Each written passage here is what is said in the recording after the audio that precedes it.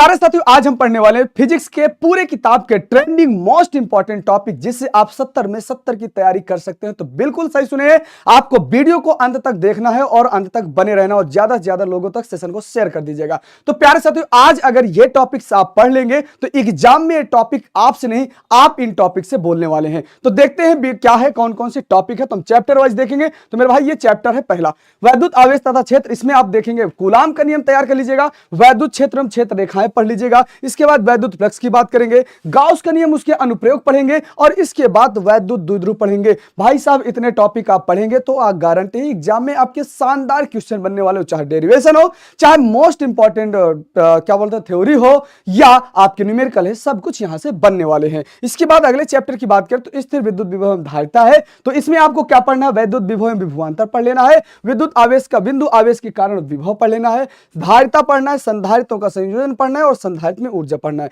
इतने टॉपिक आप पढ़ोगे तो अगर आप चाहते हो 70 में 70 की तैयारी, अगर आप युद्ध में जीतना चाहते हो तो प्यारे साथियों बिल्कुल संभव है। आज इस वीडियो को आप अंत तक देखेंगे तो बिल्कुल आप नीचे कमेंट बॉक्स में लिख कर जाइएगा। अगर आपके इतने सारे टॉपिक तैयार है तो भी कमेंट करिएगा कि हां सर ये टॉपिक हमारे तैयार हैं। तो अगली बात करते हैं धारा विद्युत की बात करते हैं तीसरे चैप्टर में। तीसरे चैप्टर में आपको ओम का नियम पढ़ना है, विद्युत धारा पढ़ लेना है, इसके बाद प्रतिरोध तथा ताप का प्रभाव पढ़ लेना है, किरचॉफ का नियम पढ़ना और व्हीटस्टोन सेतु पढ़ लेना है। इतने टॉपिक को आपको तैयार करना है। अगली बात करते हैं चैप्टर नंबर 4 की बात करते हैं। तो गतिमान आवेश एवं चुंबकत्व की बात करते हैं। यहां पर आप लॉरेंज बल पढ़ेंगे, फ्लेमिंग के बाएं हाथ का नियम पढ़ेंगे, बायो-सेवर्ट नियम उसके अनुप्रयोग पढ़ेंगे और एम्पियर का परिपथीय नियम एवं उसके अनुप्रयोग पढ़ोगे और इसके बाद चुंबकीय क्षेत्र में आवेशित गति की बात करोगे। ये टॉपिक ऐसे हैं जो आपको 70 में 70 दिलाने वाले हैं, तो वीडियो को जरूर देखना भाई। अगली बात करते हैं पांचवें चैप्टर की बात करते हैं, चुंबकत्व एवं पदार्थ की बात करते हैं। तो इसमें आप चुंबकीय क्षेत्र पढ़ोगे, इसके बाद चुंबकीय आघूर्ण पढ़ोगे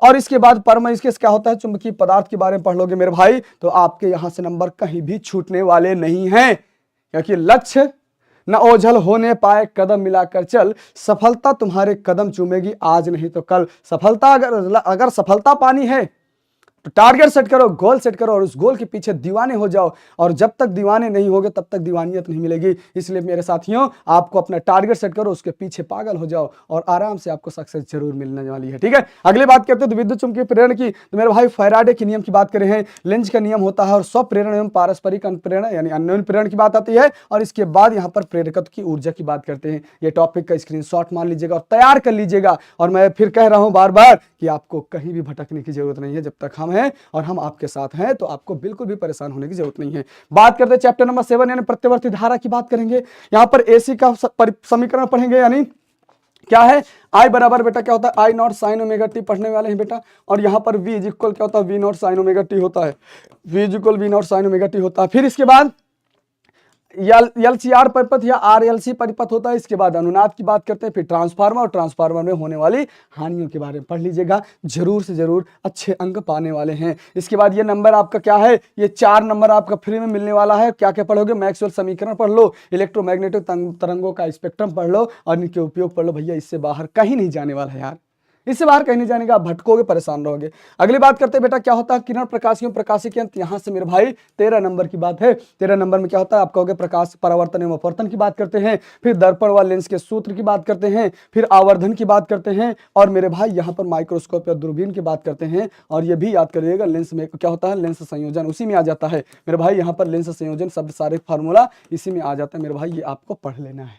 ठीक बेटा, चलो अगली बात आती है, अगले चैप्टर की बात करते हैं तरंग प्रकाश की। तो ये सिर्फ उसमें आता है। तो आप यहाँ पर व्यतिकरण और यंग का प्रयोग पढ़ लीजिएगा, विवर्तन पढ़ लीजिएगा, ध्रुव पढ़ लीजिएगा और इन सब का क्या करना है, इन तीनों का हमें पथांतर पढ़ लो, कोई नहीं रोक सकता, सिर्फ फॉर्मूला पढ़ लेना है। क्योंकि इससे सिर्फ क्या आने वाला है, इससे आपका सिर्फ डेरिवेशन नहीं, सिर्फ और सिर्फ इसके न्यूमेरिकल आने वाले हैं और सीधे फॉर्मूला पूछ लेता है। ठीक बेटा, अगली बात करते हैं चैप्टर नंबर 11 की बात करते हैं। तो चैप्टर नंबर 11 क्या है आपका, विकिरण एवं पदार्थ की द्वैत प्रकृति की बात करेंगे। किसकी बात करेंगे, तो आप कहोगे सर विकिरण एवं पदार्थ की द्वैत प्रकृति, इसमें क्या पढ़ेंगे, तो आप प्रकाश वैद्युत प्रभाव या फोटो वैद्युत प्रभाव की बात करोगे। फिर इसके बाद पढ़ोगे दी ब्रोगली तरंग दैर्घ्य पढ़ना है, तो जी हाँ बिल्कुल पढ़ना है। इसके बाद बेटा क्या होता है, तो आइंस्टीन समीकरण। भैया यहां से आपका जो 6 नंबर का रास्ता है ना, तो 6 नंबर आपका यहां से फिक्स होने वाला है। सिर्फ इतना पढ़ लो, सोचो 2 नंबर के 2 नंबर का 2 नंबर की है, या किसी में से एक 5 एक और एक आ जाएगा। भैया 6 नंबर आपका ये मिल जाने वाला है।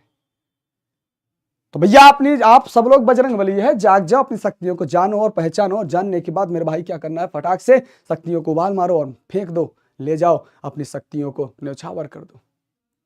बात करें अगले चैप्टर की ओर चलते हैं बिना किसी देरी के। अगला चैप्टर क्या है हमारा, परमाणु नाभिक की बात करते हैं। आप यहाँ पर रदरफोर्ड मॉडल पढ़ लो, रदरफोर्ड मॉडल पढ़ लो, उसकी कमियां पढ़ लो, इसके बाद बोर मॉडल और उसकी कमियां पढ़ लो। फिर इसके बाद अगले बस परमाणु यहाँ पर होता है, तो यहाँ पर और होता है बेटा हाइड्रोजन परमाणु स्पेक्ट्रम होता है। हाइड्रोजन बेटा क्या होता है, तो हाइड्रोजन परमाणु स्पेक्ट्रम की बात भी करना है, उसको भी जरूरत होती है। हाइड्रोजन परमाणु बेटा क्या होता है, यहाँ पर स्पेक्ट्रम की बात करते हैं। किसकी बात आती है, तो हाइड्रोजन परमाणु स्पेक्ट्रम भी पढ़ लेना है। साथ ही साथ बेटा यहाँ पर अब आते हैं क्या, द्रव्यमान दोष होता है, नाभिकीय ऊर्जा होता है, रेडियोधर्मिता। इतने टॉपिक पढ़ोगे तो भैया यहाँ से आपका कितने नंबर का सफर शुरू होता है, यहाँ से सफर आपका 8 नंबर शुरू हो जाएगा। 8 नंबर की तैयारी यहाँ से फिक्स हो जाएगी। मेरे साथियों एकदम क्लियर है। आगे चलते हैं बच्चा, आगे होता है अगला चैप्टर अर्धचालक एवं इलेक्ट्रॉनिकी की बात करते हैं। अर्धचालक में यहाँ पर तो ऊर्जा बैंड सिद्धांत होता है, और इसी के आधार पर क्या होता है, बैंड के इसी के आधार पर बेटा क्या होता है, ठोसों के प्रकार पूछता है। ठोसों के बेटा क्या करता है, प्रकार पूछता है, तो ये हर बार आपके एग्जाम में पूछा जाता है। फिर पीएन जंक्शन डायोड की बात करते हैं, तो यहाँ पर क्या होता है, पूर्ण तरंग होता है, एक पूर्ण तरंग दृष्टिकारी होता है, और एक बेटा क्या होता है, तो होता है दूसरा बेटा अर्ध तरंग दृष्टिकारी होता है। क्या होता है, अर्ध तरंग दृष्टिकारी होता है। और फिर यहाँ पर होता है बायस की बात करते हैं, तो अग्रदिशिक की बात आती है, उसको थोड़ा पढ़ लेना है। अग्रदिशिक की बात आती है, अग्रदिशिक एवं बेटा दूसरा क्या होता है इसका पश्च दिशिक। इन सब के बारे में पढ़ लोगे, क्या होता है, पश्च दिशिक की बात आती है। किसकी बात, तो यहाँ पर पश्च दिशिक की बात करता है। अगर इतना पढ़ लोगे तो मेरे भाई यहाँ से इस चैप्टर में आपका 8 नंबर कोई भी नहीं रोक पाता है। ठीक है, तो इतने सारे चैप्टर फटाफट से आप स्क्रीनशॉट लेना है तो आप स्क्रीनशॉट ले सकते हैं, इसका स्क्रीनशॉट लेना तो आप स्क्रीनशॉट ले सकते हैं, बना स्क्रीनशॉट लेना तो आप स्क्रीनशॉट ले लीजिएगा। ये पे क्या करना है, आप इनको तैयारी कर लीजिए मेरे भाई, इनकी तैयारी कर लोगे और बेहतरीन तरीके से नंबर आप पा सकते हो। अगर आप 70 में 70 की तैयारी करते हो तो बिल्कुल ये सारे टॉपिक्स पढ़ के ही जाना है। ठीक है, तो ये सारे टॉपिक पढ़ के ही जाना है। और आप इस वीडियो को देखने के बाद अंत में आप कॉमेंट करिएगा इसमें से कितने चैप्टर आपके तैयार हैं, कौन कौन से टॉपिक हैं जो आपके तैयार हो चुके हैं, और आपका क्या सपना है, फिजिक्स में कितने नंबर पाना चाहते हैं, कमेंट जरूर करिएगा। मिलते हैं ऐसे ही अगले वीडियो पे, और आपको कैसी वीडियो चाहिए कमेंट बॉक्स में जरूर कमेंट करिएगा। मिलते हैं अगले वीडियो में, बाय बाय, जय हिंद।